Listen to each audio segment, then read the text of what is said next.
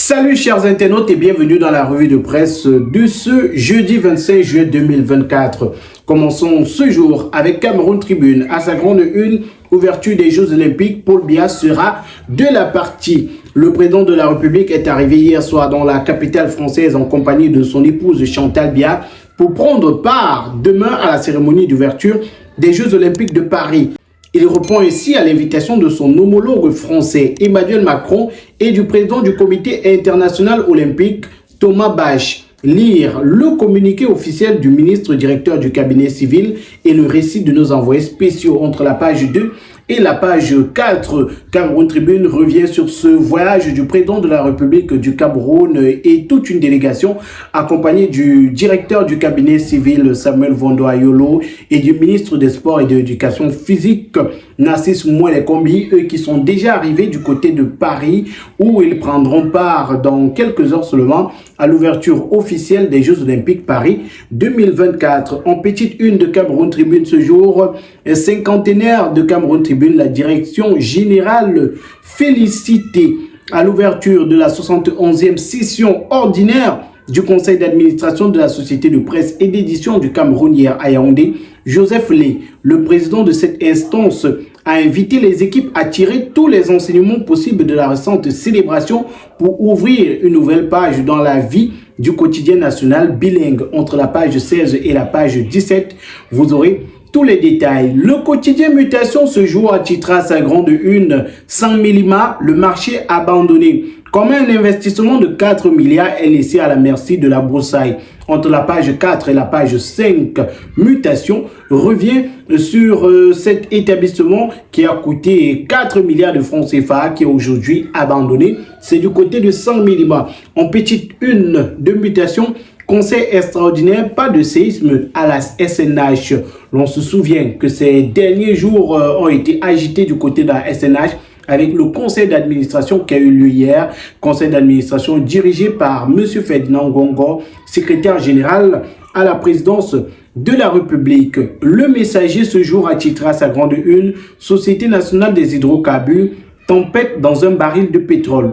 Poussé vers la sortie, Adolphe Moudiki, l'administrateur, directeur général de 85 ans, conserve son trône. Les résolutions du conseil d'administration extraordinaire tenues hier au Palais d'Unité en page 3 du Messager. En petite une ce matin, dans le Messager, on parle de baccalauréat, le naufrage collectif, c'est la page 5 qui s'intéresse à ça. Et ressortons du Messager en parlant du système de formation médicale, l'ordonnance de Famindongo. C'est en page 3 que vous avez tous les détails. Continuons ce matin en parlant de volleyball, cette affaire qui défraie également la chronique. Le Messager s'y est intéressé. L'on se souvient de cette information qui a fait la une sur les réseaux sociaux. On parlait notamment de 5 joueuses mineures de volleyball de l'équipe nationale de volleyball du Cameroun qui étaient enceintes. La Fédération camerounaise de volleyball qui a fait une sortie pour démentir cette information, appuyée par un reportage d'Equinox Télévision. Le Messager s'est également intéressé à cette actualité et en page 12, il revient sur les vérités d'Henri Tangouna. On parle de volley U17. Continuons ce matin par le quotidien Le Jour. À sa grande une, école de guerre, 61 auditeurs formés aux nouveaux enjeux internationaux. Ils ont reçu leur parchemin hier au cours d'une cérémonie présidée par le ministre délégué à la présidence chargé de la défense, Joseph Betty Assomor. Et en petite une, Le Jour parle de gare routière d'Olembe, des mineurs en quête d'argent dans les gares. C'est la page 3. Ressortons du quotidien Le Jour en parlant des Jeux Olympiques de Paris 2024. Le bal s'ouvre officiellement demain. La cérémonie d'ouverture des Jeux Olympiques aura lieu sur la scène dans la capitale française ce vendredi 26 juillet 2024. Le quotidien Émergence est paru et à sa parution ce jour, crise anglophone, la situation des enfants vulnérables préoccupe.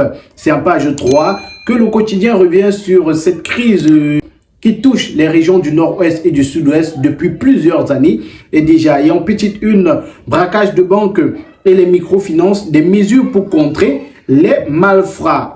Avant de continuer, chers internautes, je vous présente ces rallonges qui protègent vos appareils à la maison. Ce sont des rallonges 3 en 1, munis d'un régulateur de tension. Donc, c'est à la fois un rallonge, un régulateur de tension et d'un dispositif de sécurité pour vos différents appareils. Ces rallonges sont munis de ce régulateur de tension qui vous permet de voir les différentes tensions qui vous sont envoyées chez vous par l'entreprise de distribution de l'énergie électrique. Vous avez ce dispositif-ci qui permet de débrancher automatiquement vos appareils en cas de surtension et en cas d'interruption brusque du courant électrique. Et vous avez ici des prises. Ces prises sont munies des interrupteurs. Désormais, avec ce rallonge, vous avez la possibilité d'arrêter un appareil et les autres continuent à fonctionner. Prix promotionnel de ce rallonge, 6500 francs CFA seulement. Contactez le numéro de téléphone disponible au bas de l'écran et faites-vous livrer. 6500 francs CFA seulement en prix promo. Sortons du quotidien Émergence et allons cette fois-ci avec l'économie. Le quotidien titrera sa grande une: transfert des fonds en déshérence à la SEDEC. Le FMI n'a pris aucune position. Richard Evina Obama, directeur général de la Caisse des dépôts de consignation, en abrégé SEDEC, l'a fait savoir hier à Douala au cours des cliniques juridiques organisées par le groupement des entreprises du Cameroun, en abrégé GCAM. Il intervenait sur le thème « Le transfert des avoirs oisifs à la Caisse de dépôt et de consignation, ce qu'il faut savoir, enjeux, risques et défis ».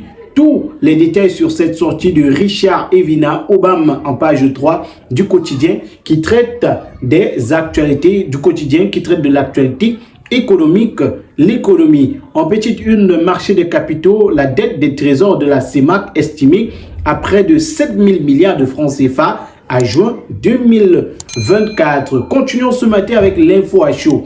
L'info à chaud dans sa parution de ce jour a titré en grande une d'autres hautes instructions. La question est posée. On parle là des images du chef de l'État instruisant son collaborateur Ferdinand Gongor, remettant au goût du jour la polémique sur l'utilisation régulière de la formule consacrée selon les hautes instructions du président de la République, introduisant généralement les correspondances du SGPR adressées aux membres du gouvernement. L'info à chaud a publié à sa une avec cette image-là. On a remarqué lors de son départ du Cameroun que le président de la République, son excellence Paul Biya, a marqué un temps d'arrêt pour discuter avec le SGPR, secrétaire général auprès de la présidence de la République, Ferdinand Ngongo. Ces images qui suscitent également de l'intérêt de la part de nombreux internautes qui se demandent si c'était des hautes instructions qui avaient été données au SGPR. Et en petite une de l'info à chaud ce matin, rapport d'exécution du budget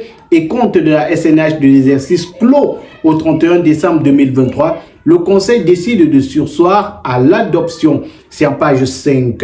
Continuons ce jour avec le billet hebdomadaire Le Point à sa grande une. MINSEC, baccalauréat 2024, échec, le gouffre. Il parle là du taux de réussite au baccalauréat de l'enseignement général 2024 qui continue de faire débat, donnant ainsi l'occasion aux observateurs de faire l'autopsie du système éducatif camerounais manqué et en pleine perdition.